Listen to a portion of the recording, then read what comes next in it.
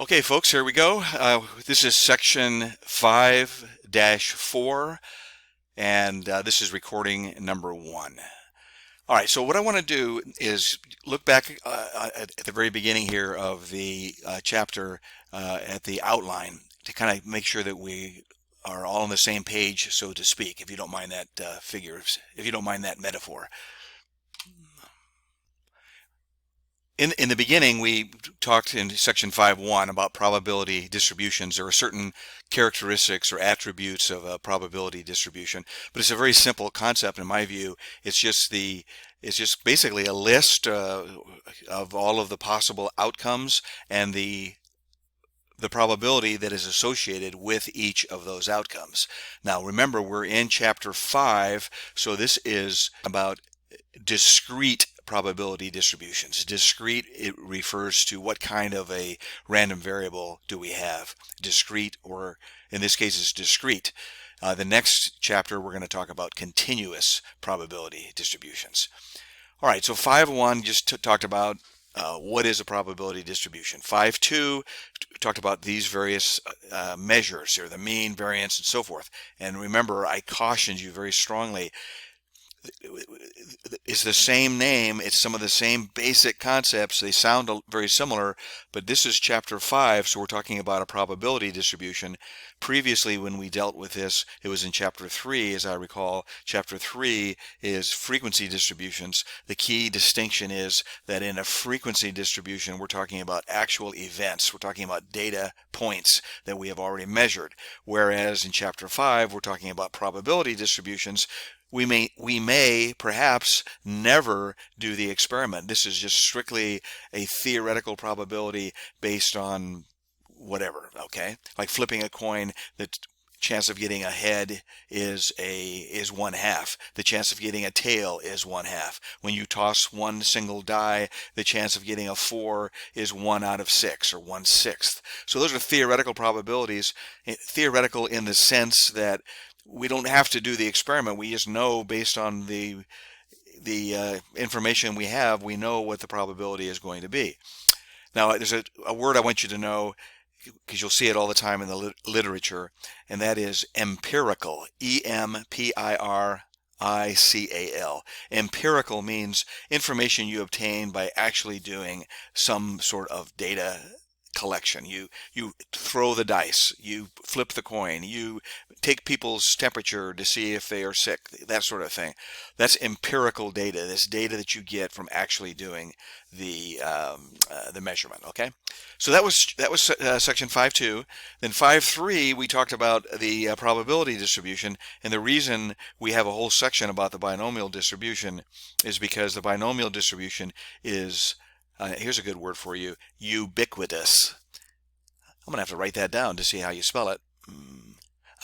Ubiquitous. U-B-I-Q-U-I-T-O-U-S. Ubiquitous means that it's everywhere. You're going to see the binomial distribution in every class you take that has any mathematics in it at all, whether it's physics or biology, chemistry or sociology, psychology, etc., etc. The concept behind the binomial distribution is there are certain requirements. The most important requirement, I would say, is that there's only 2 possible outcomes. So for example, you flip a coin, it's either a head or it's a tail. Okay, so we talked about that in the binomial distribution. Now we're going to go to the next topic, which is section 5-4, and this is other types of distributions. Now please keep in mind that we're still talking about discrete distributions. We're talking about discrete variables. Now, if you forgot what discrete variable means, you better go look it up, okay? Now, in this section, 5.4, what I'm going to do is I'm going to bounce back and forth between my handwritten lecture notes and the book. The reason being that this is a very complex section. There's a lot of formulas, a lot of stuff going on that is very difficult to do. It's just by talking about the book. So you'll see me bouncing back and forth. I'm going to do my best to bounce back and forth. So here we are in section 5.4, and we're talking about other types of distributions, as I said. And the author brings up, as the author says, in addition to the binomial distribution, that's just one example of a discrete distribution. There's other types of distributions that are very commonly used. Now, we're not going to talk about all of them, of course, but 4 of the most commonly used ones are these ones right here. Okay, so we're going to talk about these 4 of the these 4 of the discrete distributions. So what's the first one? The multinomial distribution. All right, so what I'm going to do here, I'm kind of experimenting. I don't know if this is going to work well or not, but I'm going to start with a book, kind of discuss the book, and then I'm going to bounce over to my handwritten notes, because in my handwritten notes I can add a few words in writing so that I think it's going to be easier for you to follow along, okay? So I am hoping that you guys are reading ahead. You're not seeing this for the very first time when I do these videos and you watch the videos. You've got to get used to this. You've got to learn how to read the book, and I'm here to help you learn how to read the book, but again, it's something that you have to learn on your own, absolutely. Okay, so the first one, the multinomial distribution. Okay, so what do we do here? On a binomial distribution, there's 2 outcomes. There's a head or a tail. But if each trial in an experiment has more than 2 outcomes, a distribution is called the multinomial distribution. Okay, so now let's just think about this for 1 second. Bi means 2. Multi means many. So it's a binomial is if there's two outcomes. Multinomial is if there is more than 1 outcome.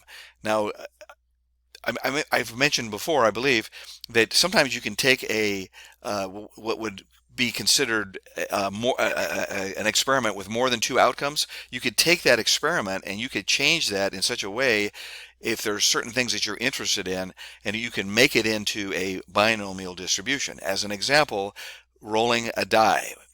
You can get a 1, a 2, a 3, a 4, a 5, or a 6. Okay, so that clearly is not a binomial distribution. It would be considered a multinomial distribution. However, sometimes all you care about, using the die as my example, all you care about is the outcome an odd or an even. So you could say, well, all I care about is odd or even, so I don't really need to compute the probability of getting of rolling a die and getting a 2 or getting a 3 or getting a 4 or whatever. All I need to do is say, what's the probability of getting an odd or an even? So you can convert something that is really multinomial, you could convert it, so to speak, into being a binomial type of an experiment. So here's the example he gives. He talks about, the outcomes can be approve, disapprove, or no opinion. You got 5 different activities.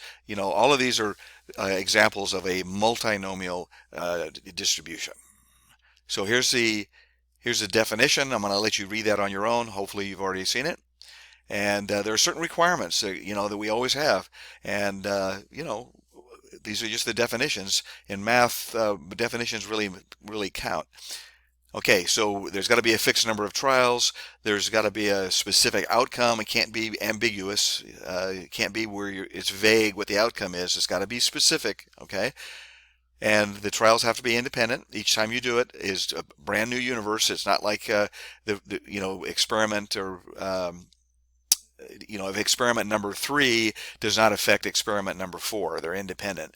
And then the probability every single time has to remain the same. The probabilities cannot change, okay? So let's go down here to the formula. In the typically in the blue boxes, he'll have either algorithms or he'll have a formula. So that's what we have right now. So take a look at that.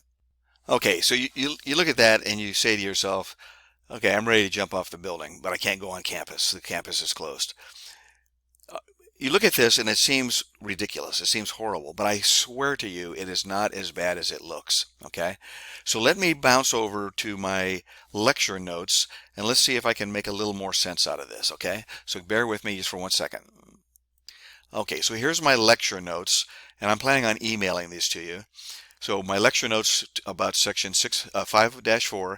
Now these are notes, right? So I don't necessarily follow exactly what's in the book.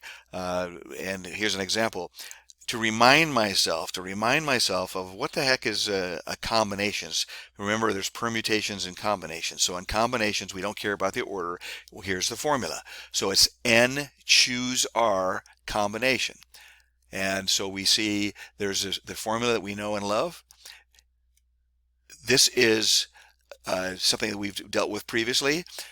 And what kind of drives a lot of people crazy, and I'm trying to convince you, don't let it drive you crazy.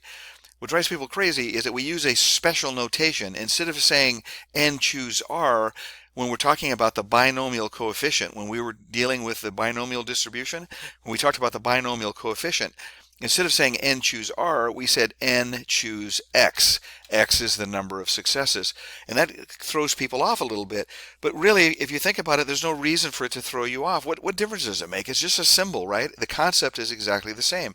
Is N choose R means you choose R out of the N. N choose X means you choose X out of the N. So what? What's the difference? It doesn't make a bit of difference what you call that variable or what you call that concept. All right, so that's the notation. We're going to see that coming up here in a little bit. So in the multinomial distribution, this is page 290. These are my notes.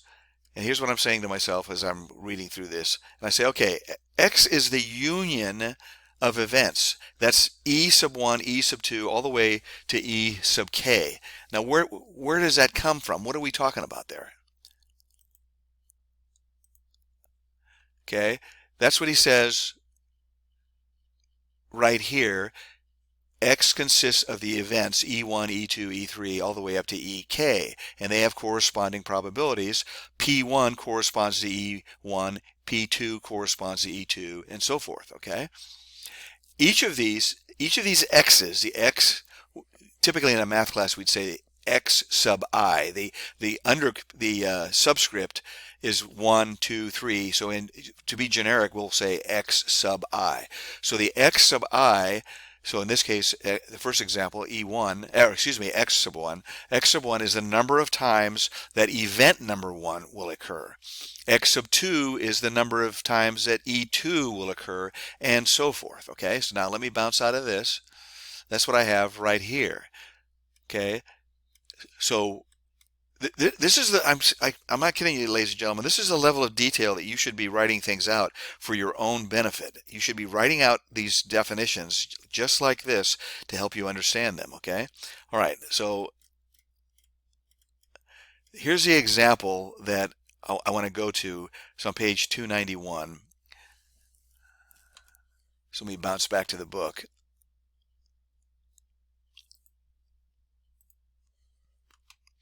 Okay, so we're talking about,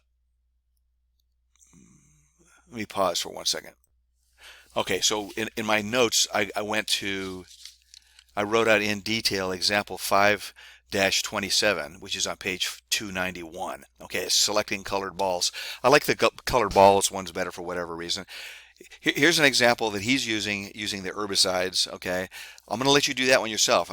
You guys got to kind of start learning how to do these on your own. So write it out in detail, the kind of detail that I'm using. So all these ones here, the first two, I'm going to let you do yourself.